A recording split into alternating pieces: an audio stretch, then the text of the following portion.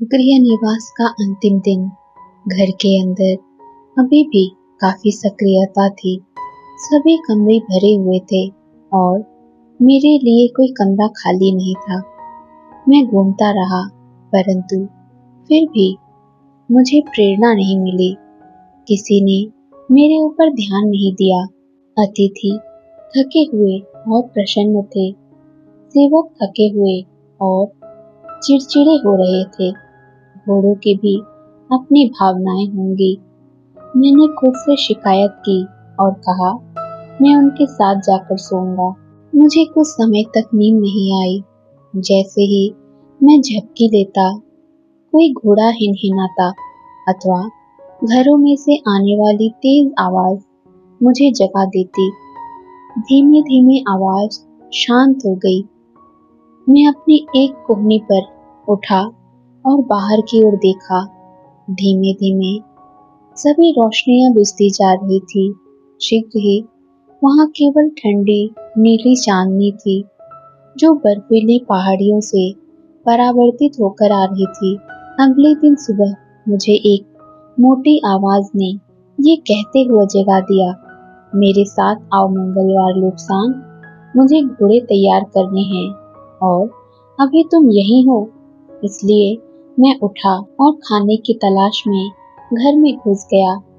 वहाँ काफी चहल पहल थी। लोग जाने के लिए तैयार हो रहे थे और माँ समूह के समूह तक अंतिम क्षण की बातचीत कर रही थी। पिताजी घर और बागों के सुधार की चर्चा कर रहे थे। वो अपने एक पुराने दोस्त से कह रहे थे कि उनका विचार भारत से कांच आयात करने का है, जिससे हमारे घर की खिड़कियों में चमकदार खिड़कियां लगाई जा सके। तिब्बत में कांच नहीं होता था। अंतिम अतिथि के जाने के साथ ही मुझे पिताजी ने बुला लिया और कहा, बाजार में जाओ और अपनी आवश्यकता की चीजें खरीद लो। तजु जानता है क्या आवश्यक है। मैंने उन चीजों के लिए सोचा जिसकी मुझे आवश्यकता हो सकती है। दसंपा के लिए लकड़ी का एक बना हुआ कटोरा, एक कप और एक माला। कप 3 हिस्सों में होता, एक स्टैंड, एक कप और उसका ढक्कन। ये चांदी का होता, माला लकड़ी की होती, अच्छे पॉलिश किए हुए 108 दानों के साथ। 108 पवित्र संख्या है जो उन चीजों को इंगित करती है जो एक भिक्षु को याद रखनी चाहिए। हमने यात्रा शुरू की। तजु ने अपने घोड़े पर और मैंने अपनी पोनी पर। हम जैसे ही आंगन के बाहर निकले, सीधे हाथ को मुड़े और पोटाला के बाहर बाजार की ओर जाने लगे। जैसे ही रिंग रोड को छोड़ा, फिर सीधे हाथ की ओर मुड़े। मैंने उसको ऐसे देखा मानो कि मैं पहली बार शहर को देख रहा हूँ। मैं बहुत डरा हुआ था क्योंकि मैं इसे आखिरी बार देख रहा था। दुकानें लहासा में अपने आने वाले व्यापारियों से घिरी हुई थी। कुछ लोग चीन से चाय ला रहे थे, दूसरे लोग भारत से कपड़ा ला रहे थे। हमने भीड़ में होकर उन दुकानों की ओर अपना रास्ता बनाया जहां हम जाना चाहते थे।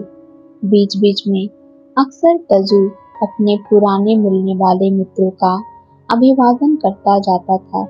मुझे भगवा लाल रंग की एक पोशाक खरीदनी थी। मैं इसे बड़े आकार की लेना चाहता था, केवल इसीलिए नहीं कि मैं बड़ा हो रहा था, बल्कि व्यावहारिक कारणों से भी। तिब्बत में लोग ढीली ढाली बड़ी पोशाक पहनते हैं जिसे कमर पर बांधा जाता है और उसके ऊपर के हिस्से को ऊपर की ओर खींच दिया जाता है, जिससे वह आवश्यक सामान, उदाहरण के लिए एक साधारण भिक्षु अपने पाउच में दसंपा का कटोरा, एक कप, एक चाकू और नगेने, माला और दसंपा की कुछ मात्रा तथा भुने हुए जौ का थैला जो उसे अक्सर रखने पड़ते हैं, रखने के लिए जेब की तरह काम करती है। ये स्मरणीय है कि भिक्षु अपने सामान को खुद ही ले जाता है।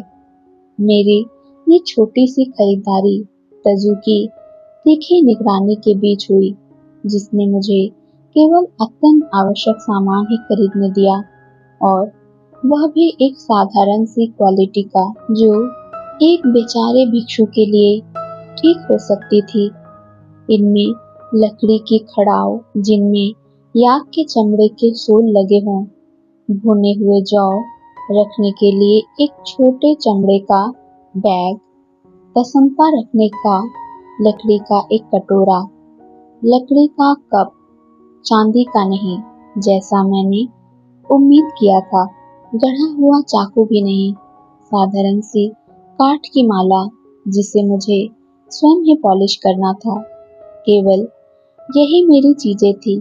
पिताजी लखपति थे, जिनके पास अपार संपदा थी, गहने और वास्तव में बहुत अधिक मात्रा में सोना था।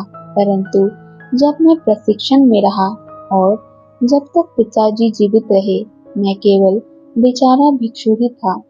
मैं जिन कामों को करना पसंद करता था, जिनको मैं खरीदना पसंद करता था, उनके बारे में सोचा। मेरा दिवा स्वप्न चटक कर टूट गया। मुझे चेतावनी देता हुआ एक भारी हाथ मेरे ऊपर पड़ा।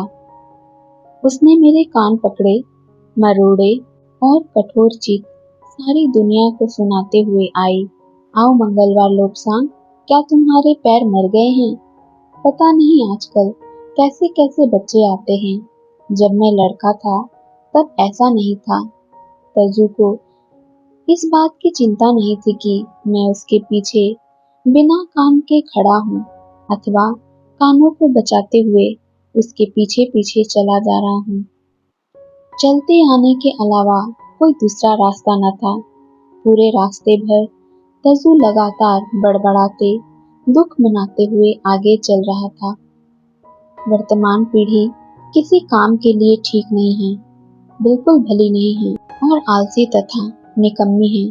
कम से कम वहाँ एक चमकता हुआ स्थान था। जैसे ही हम नीमखोर की सड़क पर मुड़े, बहुत तेज हवा चली। तजु के बड़े चौड़े शरीर ने मुझे उस रास्ते पर शरण प्रदान की। घर पर माँ ने उन चीजों को देखा जो मैं लाया था। मुझे खेद है कि जो मैं लाया था वह उनकी नजर में काफी था। मैं मन में यह आशा पाले हुए था कि वह तजु को बुरा भला कहेगी और कहेगी कि इससे कोई अच्छे स्तर का सामान नहीं ला सकते थे, और इस प्रकार चांदी का कप खरीदने की मेरी अभिलाषा समाप्त हो गई। अंतिम सप्ताह में मुझे अकेला नहीं छोड़ा जाना था।